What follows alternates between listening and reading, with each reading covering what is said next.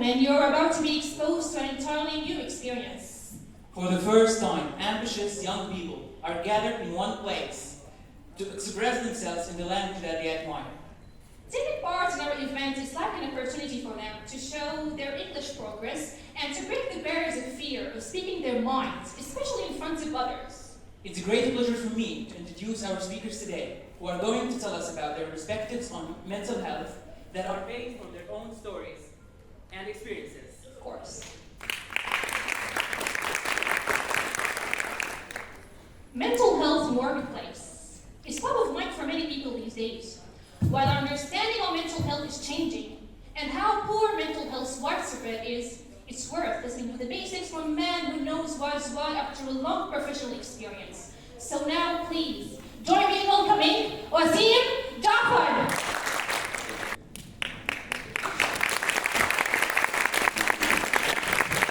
Hi everybody, how are you doing? Oh my god, my phone is ringing. Just a second, I'm sorry, I'm really sorry. That's my boss. Hey boss, I'm fine, how are you doing? Actually, I'm in the theater right now. I'm about to deliver a speech. You want anything from me? What? You're firing me? Well, can I know why? You need fresh blood at the company? Well, I'll show you fresh blood.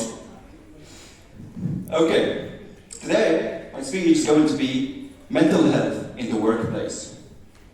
Actually, there is a study that I made that in Syria, 5 out of 5 people have experienced working in toxic workplace environments. By show of hands, how many of you experienced working in such an environment? Whoa, I'm seeing a lot of hands here. Great, this is not cool. Okay, but first we need to know what we mean by toxic workplace environment. I'm going to discuss 4 aspects that can make your work life looks like hell. The first aspect would be your nightmare, the boss. The second aspect would be your co-workers. The third aspect would be company policy. And the last aspect would be personal stuff. I'm going to start with the first important one, the boss. How can your boss make your life miserable? He could be dictatorial, narcissistic, over-controlling, over-demanding. He only cares about himself, and no matter how he did the job perfectly, you'll always not enough, and you'll never make him satisfied. He can sometimes give you tasks that is not yours, and not even mentioned in the job description. And he can make you sometimes overwork and having nothing in return. Like not even a thank you. Who can relate to that? Great, awesome. So by these bosses by your side, you won't feel appreciated or valued, and you will be stressed all the time. Let's speak about the second aspect, your co-workers. The people you work with, how they can be toxic. Maybe they are gossiping all the time, not wishing any good for each other. And they're waiting for you to make like small, tiny mistake so they can deliver it to the management. And they are not supportive and not cooperative and not helpful. Working with such people will lead you crazy, believe me, so be careful. About the third aspect, I'm going to talk about the company policy.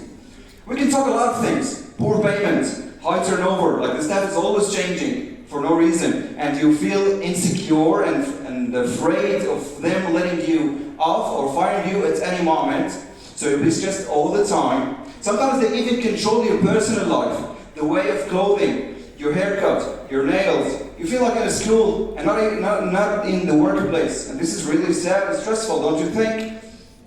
I'm going to speak about the last aspect, the personal stuff. Sometimes you can be the problem. You may ask how, I'll tell you how. Sometimes you get yourself too indulged in your work and too exhausted that you forget you have other priorities, like family, like friends, like social life. And this is due to poor management of your time and bad prioritizing and not making any balance between your work life and your social life. Those things gonna pile up and you'll explode like a volcano. We spoke about some problems, now let's talk some solutions that can help. I'm going to start them by order. For the co-workers, if you are working with toxic people, they are always gossiping and talking behind your back. You may ask the help of an HR. He could help you by using some techniques like conflict resolution, etc. or separating you to another department, I don't know. But the most important thing that you reveal the problem and you will not be silent about it, okay? About the third aspect, the company policy, if we're talking poor payment, you may ask for a raise, but make sure that you are deserve the raise. And show them that you are adding real value and you are developing your skills always. So when you are negotiating your salary, you do it with confidence. About the personal stuff, it takes no brain to tell you that you should have balance between your work life and your social life.